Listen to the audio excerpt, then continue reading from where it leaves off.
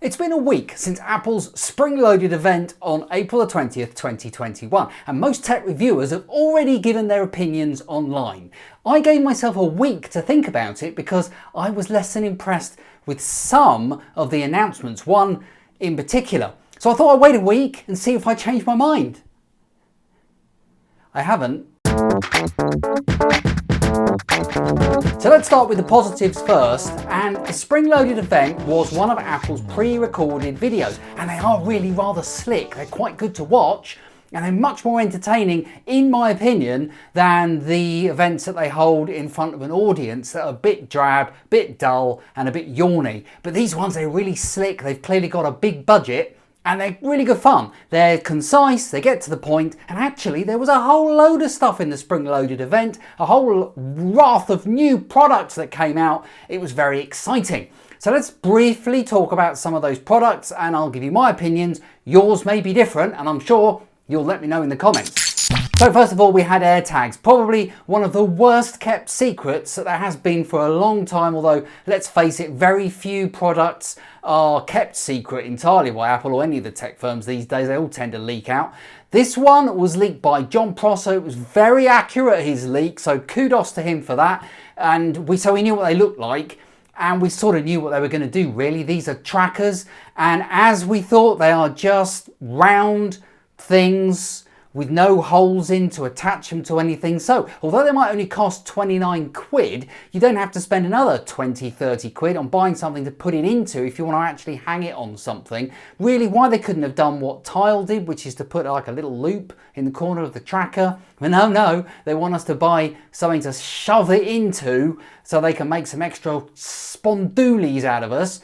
I suppose if you want to drop it in a bag, then maybe that's going to work. Although if somebody nicks your bag, first thing they're going to do, take the tracker out and throw it away. So I don't know. I don't want to be down about these things because trackers will be useful for people who are careless and lose stuff. If you're not one of those people, you won't want to buy one. If you have stuff you don't want to lose, it might give you a chance of finding it at the very least. I was pleased to see that the asking price was a bit cheaper than some of the rumours had suggested, and the 4-pack, £99, is okay. That's fairly good actually. So if you're in the market for this kind of thing, give it a go. The second announcement that Apple made was about the Apple TV. I was pretty pleased about this because I've been waiting for the new Apple TV to come out for ages. It's been 4 years nearly since the last one came out, so it was long overdue for an update.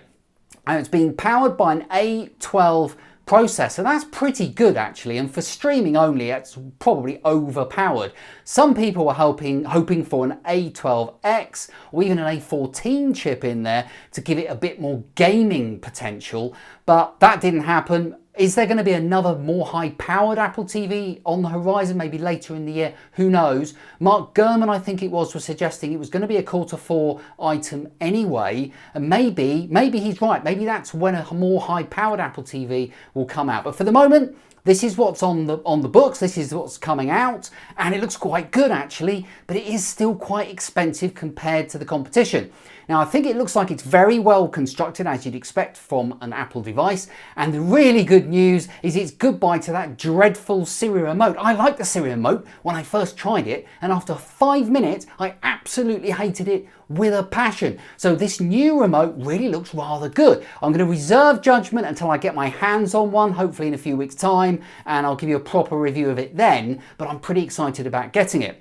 Pricing's a bit weird on the Apple TV because it's £20 to double the storage capacity, which is just weird, and also the HD version isn't that much less. I think Apple should be looking at a kind of HD entry-level one, a bit mini HomePod-ish, maybe a bit cheaper, maybe like 100 quid or something would be better for the HD version. Or maybe there's a school of thought that would say they shouldn't have an HD version and everything should just be 4K in this day and age, because if you haven't got a 4K set yet, chances are you'll be getting one during the lifetime of this particular product. So I don't know.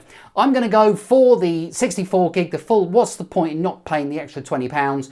I actually have some Apple gift cards that are from items that I've traded in, old iPhone, old iPad, various bits. So it's only going to cost me £24 actually to buy the full, the high spec, well, I say high spec, the full 64 gig Apple TV. So it's not going to cost me much. So I'm going to get hold of that. I'm really looking forward to using that because I've been using Apple TV Plus on a PlayStation 4 and the fans are spinning and it's also just not very stable.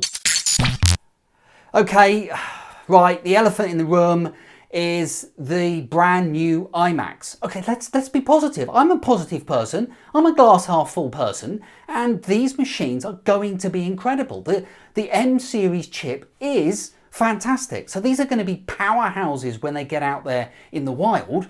But yeah, okay, they're hideous. I mean, look. What?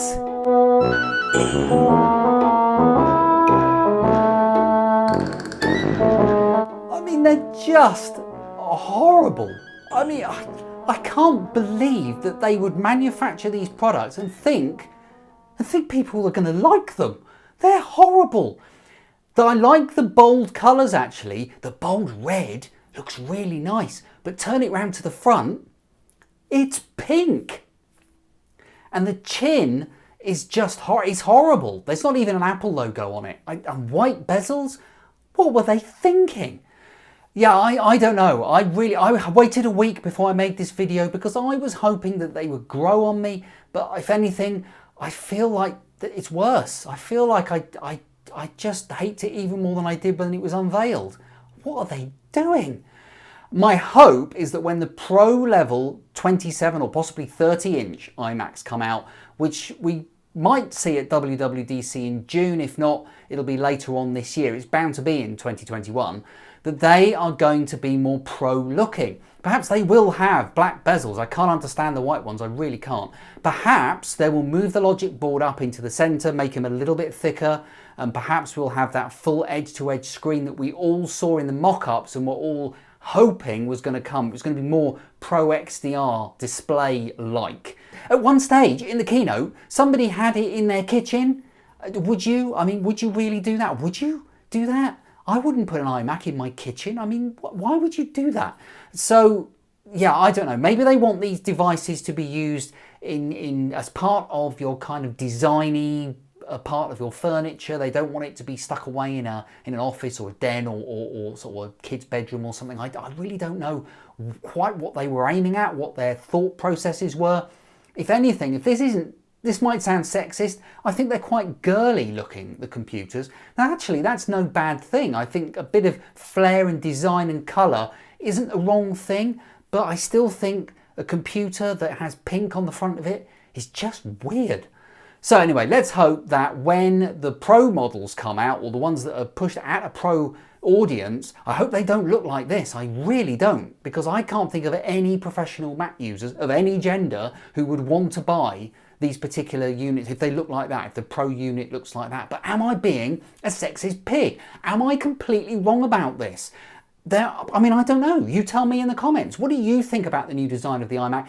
Is it as bad as I think it is, or do I need new specs?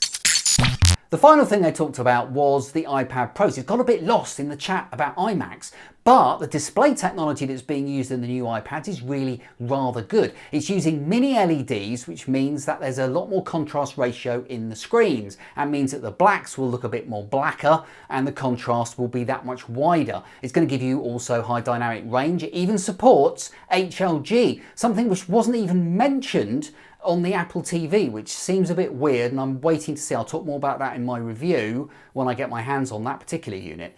The mini LED screens are going to be fantastic. They're not quite up to OLED just yet, but it's a stepping stone because LED technology is changing rapidly, and there's going to be OLED-like LED displays coming in a not too far distant future, and that is going to be fantastic when we get those. There's talk of many mini LED displays on MacBooks, maybe later this year, if not next year. That's going to be great as well. So this was an interesting change, but not something that got an awful lot of press because of those hideous iMacs. Did I mention the hideous iMacs? I might have mentioned the hideous iMacs. Okay, what did you think of the spring-loaded event? I think actually it was quite good. There were loads of products in there. At one stage, we were under the impression that it was maybe only going to be the new iPads that were launched. In the end, we got a load of products, and some of them are really, really interesting. And the iMacs, well, they probably have divided the room. What do you think of them? Post your comments below. I'll be posting another Rambly Tech video soon, and I also will be posting one when I get my hands on the new Apple TV, so look out for that. Subscribe now if you haven't already, and I'll see you again very soon.